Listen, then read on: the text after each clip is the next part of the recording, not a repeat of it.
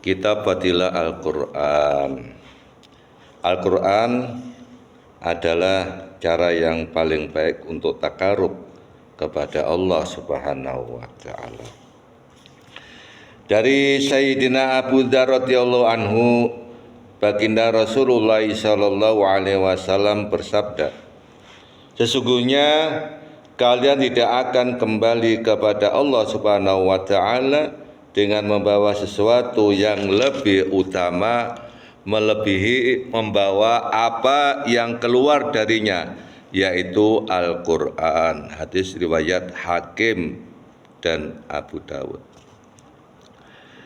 Faidah: berdasarkan beberapa riwayat, jelaslah tidak ada yang dapat mendekatkan kita kepada Allah Subhanahu wa Ta'ala melebihi Al-Quran.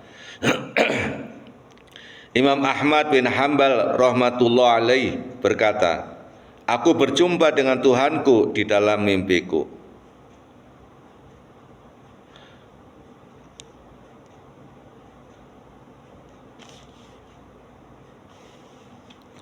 Dan aku bertanya kepadanya, apa yang terbaik untuk mendekatkan diri kepadamu? Jawabnya, Ahmad, kalamku, yaitu Al-Quran. Aku bertanya, membaca dengan memahaminya atau tanpa memahaminya? Allah Subhanahu wa Ta'ala berfirman, memahaminya atau tidak, keduanya akan mendekatkan kepadaku. Allahu Akbar. Jelaslah bahwa cara terbaik untuk mendekatkan diri kepada Allah Subhanahu wa Ta'ala adalah dengan Al-Quran. Diterangkan di dalam tafsir Syekh Baqiyatus Salaf Hujjatul Khalaf Syekh Abdul Aziz Dahlawi rahmatullah alaih, yang kesimpulannya adalah bahwa suluk kepada Allah Subhanahu wa Ta'ala, yakni untuk mencapai derajat ihsan kepadanya atau mendekatkan diri kepadanya, dapat dilakukan dengan 3 cara. Yang pertama, tasawwur. Dalam syariat lebih dikenal dengan istilah tafakur dan tadabbur.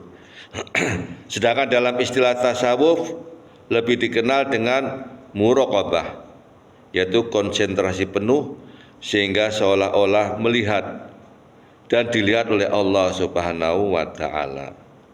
Kemudian yang kedua, zikir lisan. Yang ketiga, tilawah Al-Quran. Cara yang pertama sebenarnya zikir qalbi, yaitu zikir dengan hati. Ringkasnya, zikir dapat dilakukan dengan 2 cara. Yang pertama, zikir secara umum, baik dengan hati maupun lisan. Yang kedua, zikir dengan tilawah Al-Quran, dengan menyebut salah satu nama Allah Subhanahu wa Ta'ala berulang-ulang.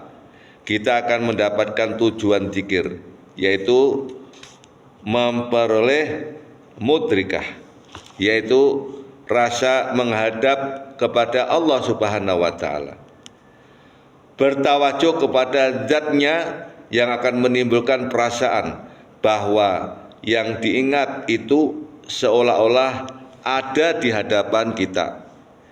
Jika terus berlangsung seperti itu, maka didapatkanlah ma'iyah, yaitu rasa kebersamaan dengan Allah Subhanahu wa Ta'ala. Sebagaimana diterangkan di dalam hadis, tidak henti-hentinya hambaku mendekatiku dengan amal nawafil, yaitu sunnah, sehingga aku mencintainya.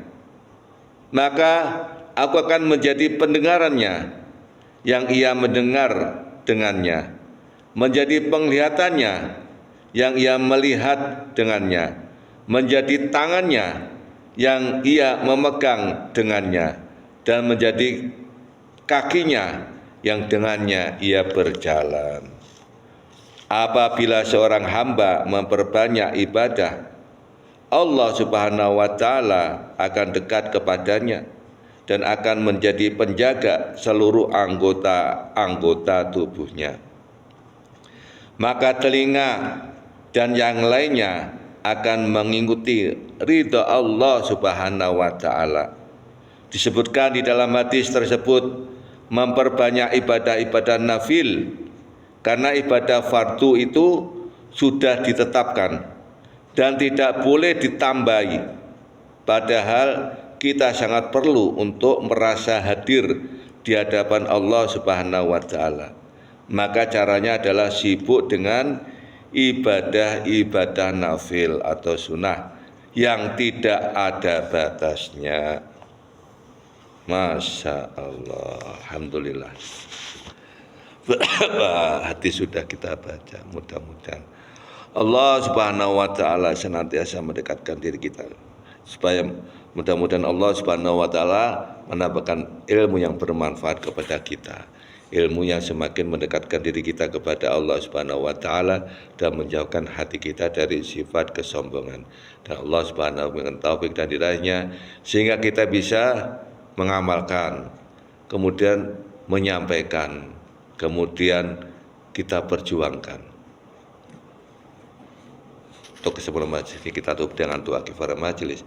Subhanahu wa bihamdi, subhanahu wa bihamdika, asyhadu an la ilaha illa anta, astaghfiruka wa atubu ilaik.